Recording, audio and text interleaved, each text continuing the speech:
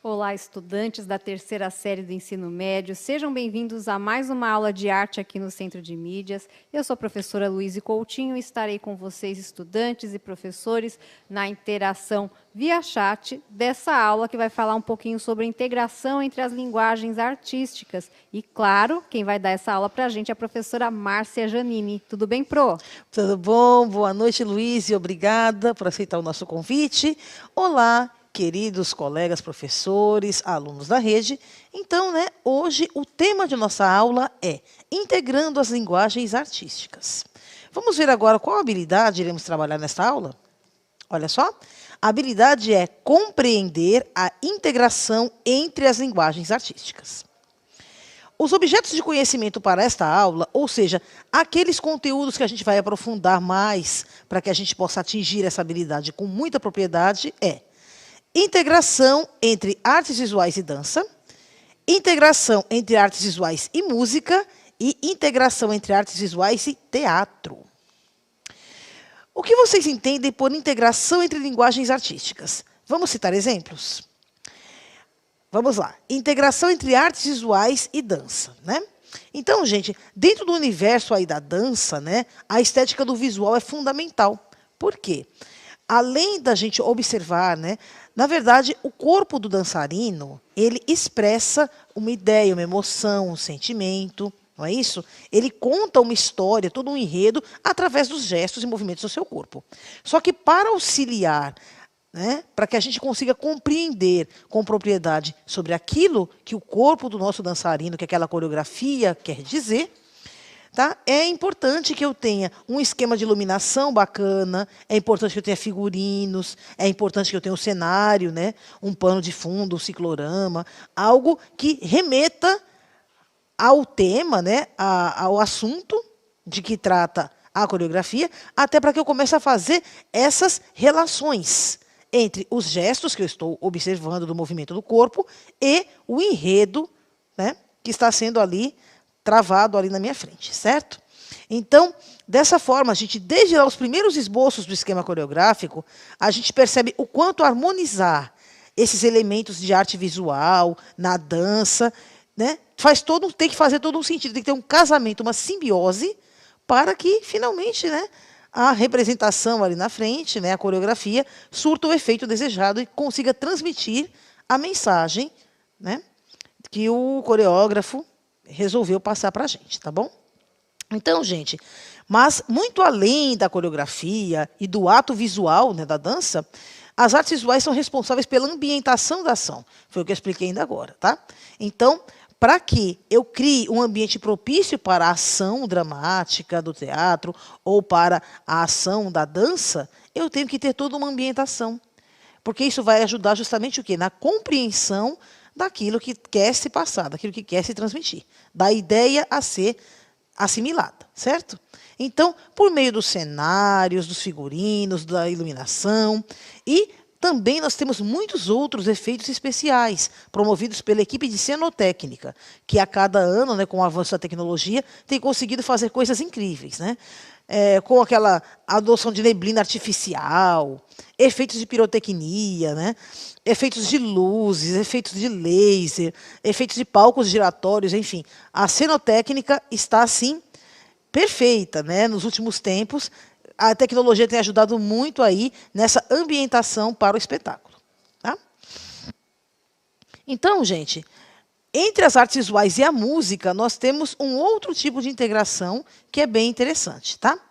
Ela acontece aí, a integração entre música e arte visual, ela acontece até com uma frequência maior, e uma propriedade muito grande no campo da inspiração. Tá certo? Então, dentro da dança, a música desvela o tema, o enredo, para que o dançarino, por meio dos seus passos, movimentos e sensibilidade, ele dê vida física à história expressa na melodia. Então, lembre-se, sempre que a gente vê uma melodia, uma música erudita, uma música apenas instrumental, todos aqueles movimentos da música é como se fossem justamente os gestos do corpo do dançarino. Todos aqueles movimentos, eles contam uma história. A melodia da música em si, ela já conta uma história. Então, mesmo que eu não conheça o libreto, mesmo que eu não conheça o enredo por trás daquela música que eu estou ouvindo, se o meu dançarino estiver com o corpo bem condicionado, a coreografia for adequada àquela melodia, só pelos gestos do corpo dele eu vou conseguir perceber o que é que o compositor daquela música queria dizer. Que enredo é aquele, que história é aquela. É a mesma coisa da gente... Um exemplo claro aqui, né? Se a gente pegar o Quebra-Nozes, né? Todo mundo conhece a suíte do Quebra-Nozes, né? Ou o Lago dos Cisnes, né? Também, que todo mundo conhece bastante, que são 2 obras de Tchaikovsky. Por mais que você não conheça o enredo sobre o que fala a obra de Tchaikovsky, só de você observar os gestos delicados, né, da morte, o cisne morrendo, né, definhando ao redor do lago, né, ou o Quebra-Nozes, a menina toda feliz, né, ganhando o brinquedo, né, do pai, né, falecido. Então, quando você observa aquilo, aquele mundo de fantasia todo, mesmo que você não tenha cenário nenhum atrás, se o seu coreógrafo for bom, se o dançarino conseguir executar com precisão os seus movimentos, seus gestos, você vai entender que aquela história é o Quebra-Nozes e aquela outra é o Lago dos Cisnes. Certo? Então, gente, a integração aí entre artes visuais e música, ela também pode surgir como detentora do enredo, como eu expliquei, né? E também pode representar uma obra visual. Pode representar um desenho, uma gravura, uma pintura, né? Ampliando aí a inspiração do artista. O pai do abstracionismo, aí no caso, o Vassily Kandinsky, que a gente já falou em aulas anteriores, ele se referia, né, à forte influência da música de Schoenberg, né? Do atonalismo da música de Arnold Schoenberg, né, dentro das obras dele. Porque ele criava, né, o Schoenberg compunha, dentro da nomenclatura, né, os chamados, dentro dos acordes visuais ali, nuances, variações, né, dentro do atonalismo. Né? O Schoenberg foi o considerado pai do atonalismo, dentro da música erudita. E ele e Kandinsky eram muito amigos, eram muito próximos. Então, quando Kandinsky ouvia as sinfonias, as composições de Schoenberg, ele tinha uma inspiração muito grande para criar suas obras abstratas, seus quadros. Né? Então, a cada movimento da música, ele dava uma pincelada no quadro, ele colocava um movimento diferente dentro de um elemento ali abstrato. Tá bom? Olha só. Então, gente, o que são os acordes visuais que o Kandinsky propõe? Será que deu para entender um pouquinho isso aí? Vamos ao chat e a gente volta já já.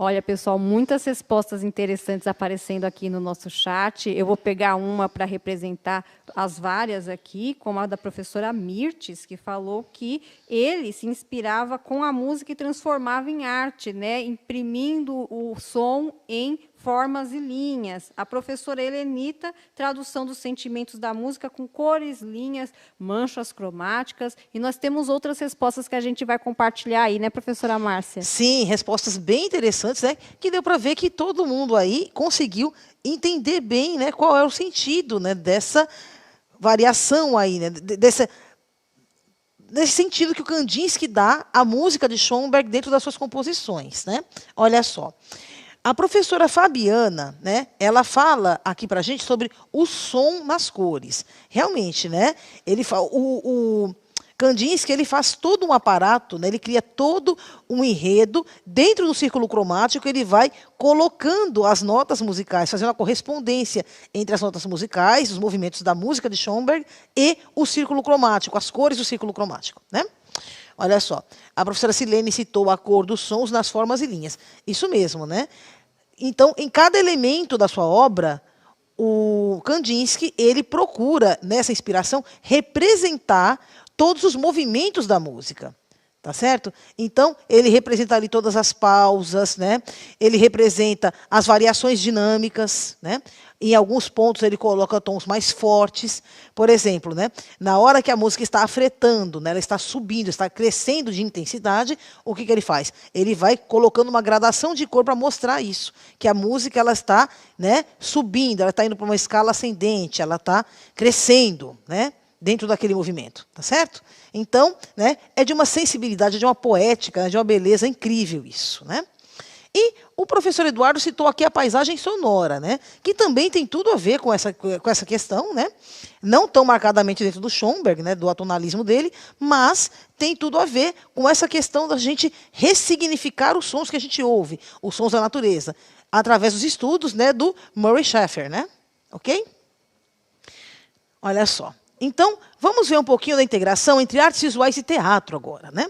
Da mesma forma, então, como a gente anteriormente representou, né, falou, as artes visuais elas se inserem nas artes cênicas por meio do apelo visual das produções, né, no tocante aos cenários, figurinos, né, recursos de cenotécnica, iluminação, enfim, tá? Então, gente, o teatro, antes de mais nada, ele é uma linguagem artística híbrida, ou seja, ele pega emprestado de outras linguagens artísticas vários elementos. Então, ele pega do desenho, né, a questão do design dos figurinos, o design do cenário, a questão do design dos elementos, dos objetos de cena. Então, tudo isso aí sai do desenho, né? Primeiramente, nós temos aí, né, um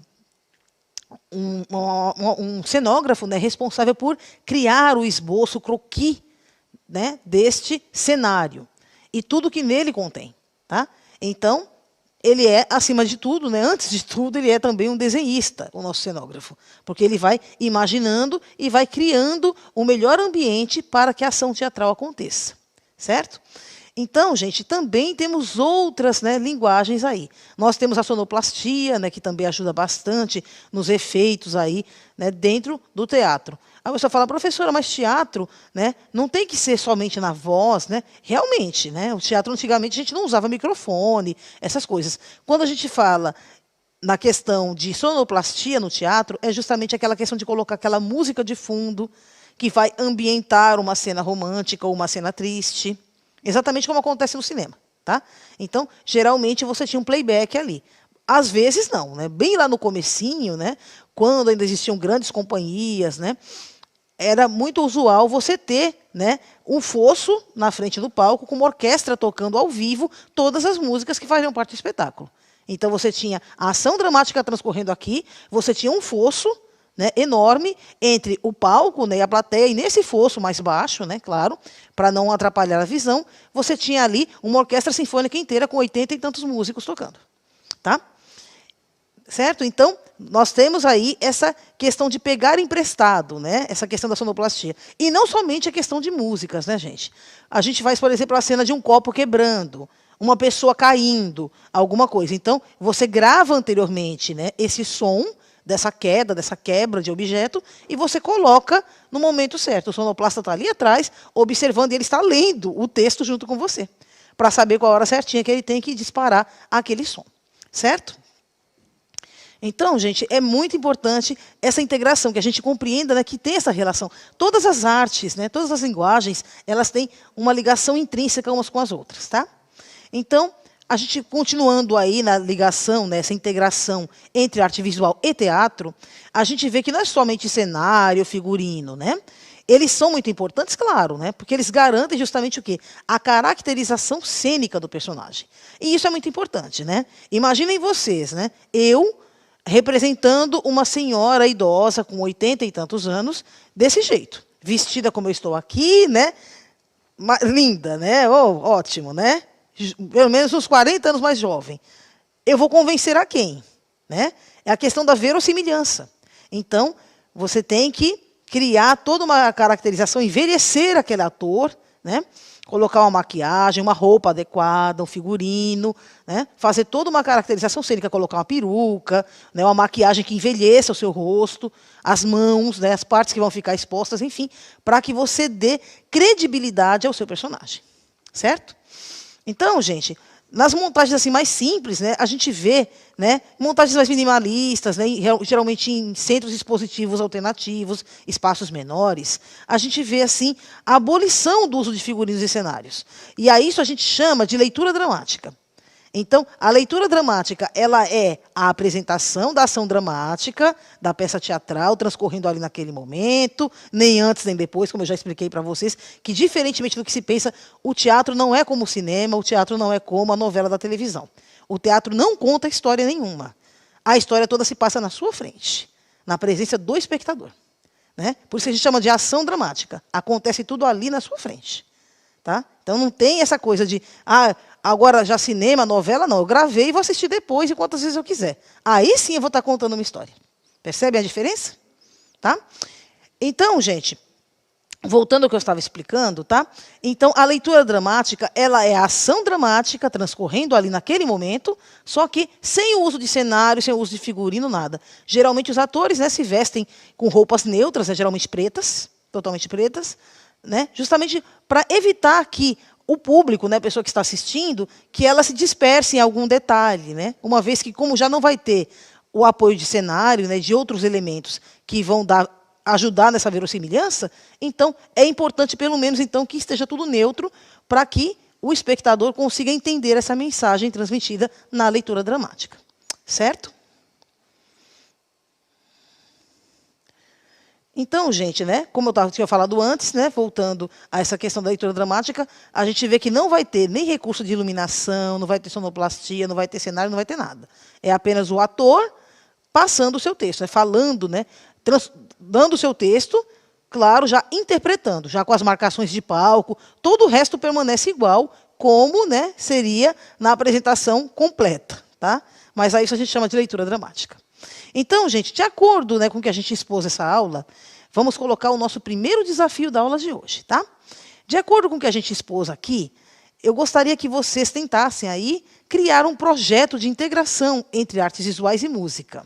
Tá? Então, pense no sketchzinho curto, numa pecinha teatral curta, que você possa fazer na sua escola. Tá? Então, escolha um tema que vai nortear essas suas escolhas. Vamos supor, você quer falar de um drama. Você não vai colocar uma música agitada, né, alegre. Tá? Se você vai fazer uma cena, um sketch curto, que tem um final triste, né, ou vai falar de alguma coisa triste, então você vai pegar uma música mais melancólica, mais melodiosa. Né?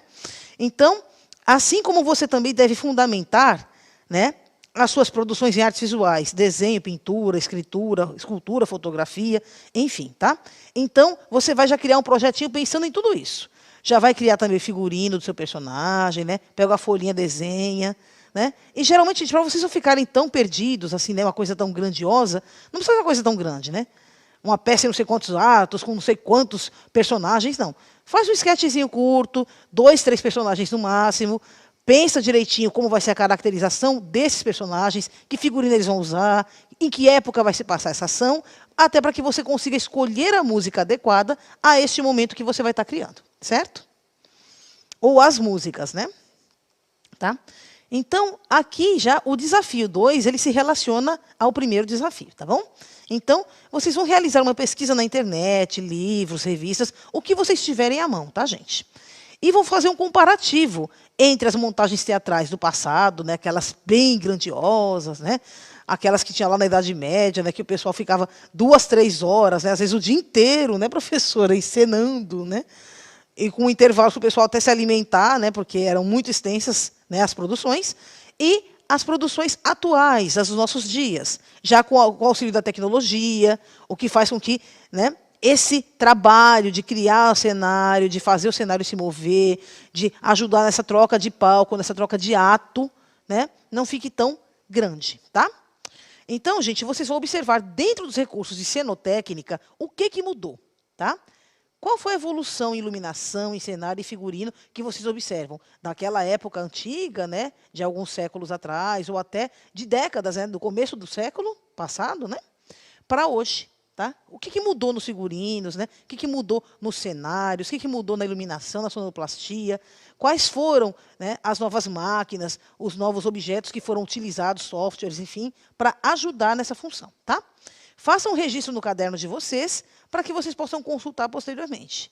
Então, antes eu tinha, sei lá, para fazer, né, para montar o meu cenário, para fazer um desenho do meu cenário, eu tinha o AutoCAD que me ajudava bastante. Né, que era um programa, né, que os engenheiros também usavam, justamente para a gente poder criar todo um cenário.